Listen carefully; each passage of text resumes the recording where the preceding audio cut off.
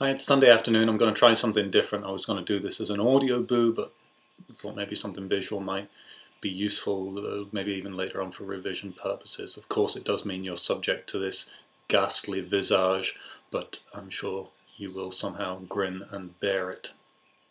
Or at least bear it, maybe not grin. I've been through some Tess essays this morning, this afternoon, and there are a few things which I want to bring your attention to. There were four main ideas I wanted to come across in the essays, and whilst I did see those four ideas across all of the essays, I didn't see all of the ideas in each essay. So here's, well, these are my notes, which I'll be working from. I don't sadly have my copy of the text here. I left it at school, which clearly means I'm something of a fool. Nonetheless, I think I can just about remember everything that needs to be remembered. Okay, the essence of the question was for you to tell me how ideas in the beginning of the novel foreshadow themes and ideas that come later on. As I said, there are four main areas I want to look at. The first area is the role of Jack Durbeyfield.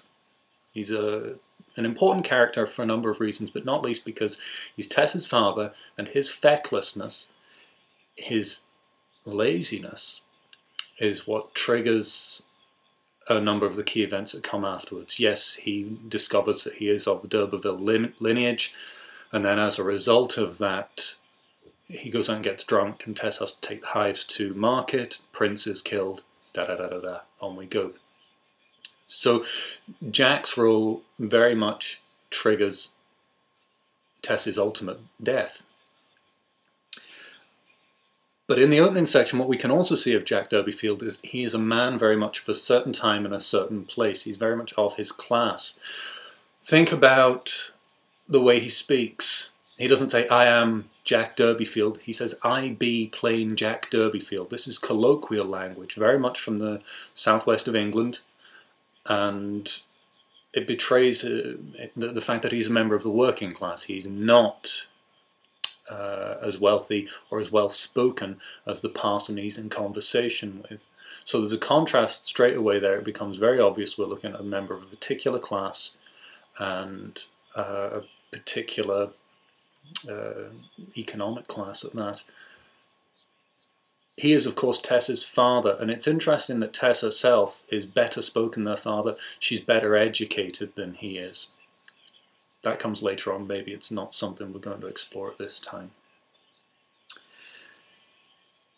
When we meet Jack, he's carrying an empty egg basket. So he's obviously going home with nothing. And that's a greater indicator, of course, of his fecklessness. He's on his way home. He's achieved nothing with his working day.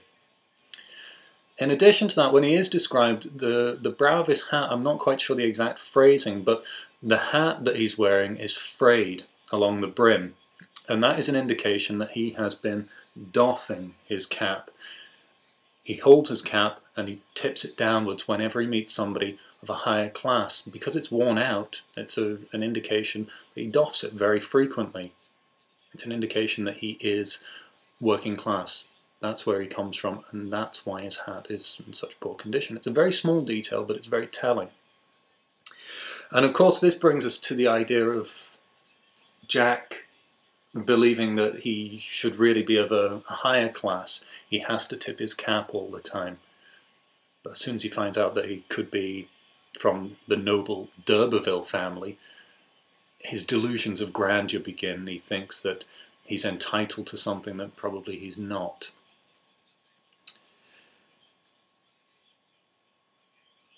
His rickety gait, as I believe it's called, a rickety walk with a gait that bore to the left, something like that. He's drunk, he's going home drunk.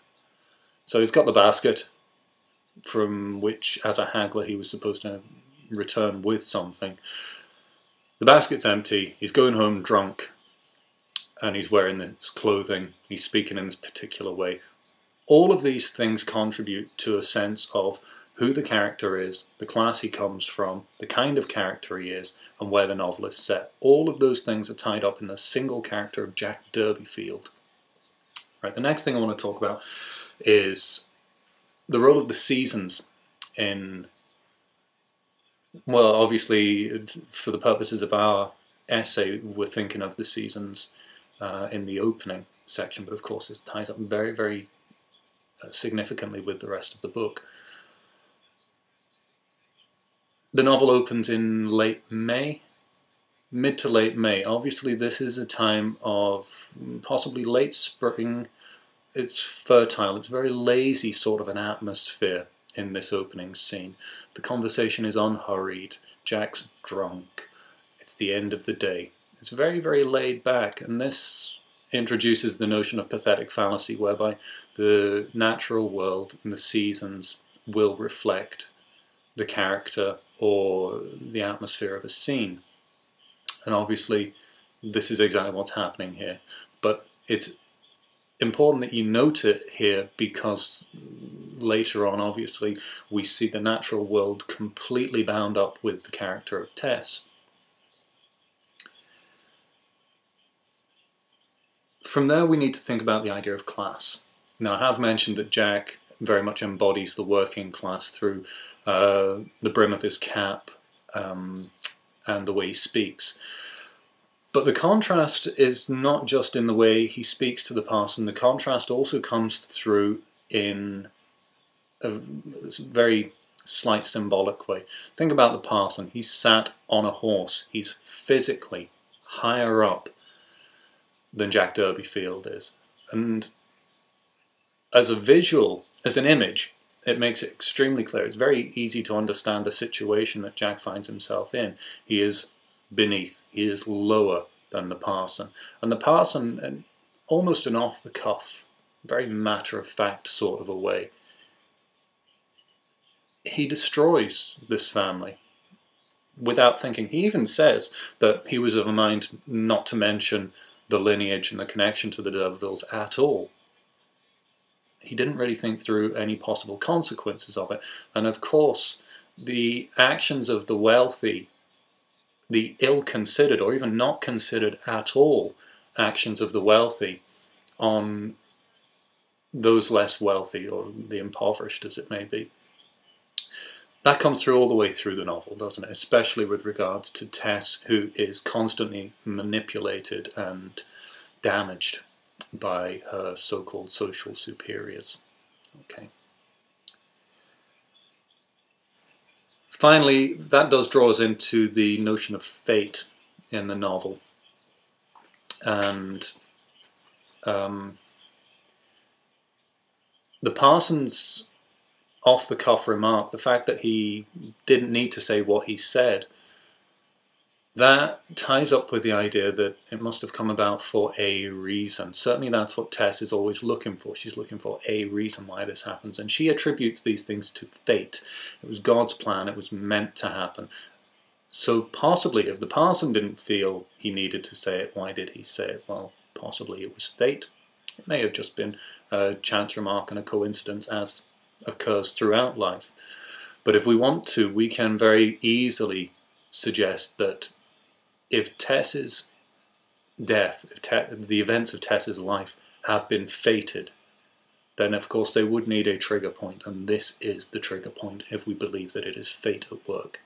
It may be that it's just coincidence, but considering the number of times that Tess's life is so damaged by apparent coincidences, it is difficult to think it's just that and there isn't some greater force at work manipulating her and sending her to her ultimate death.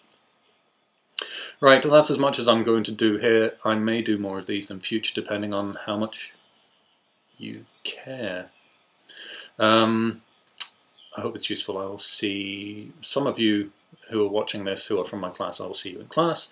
Anyone else who's watching who's not in my class, well, thanks for watching.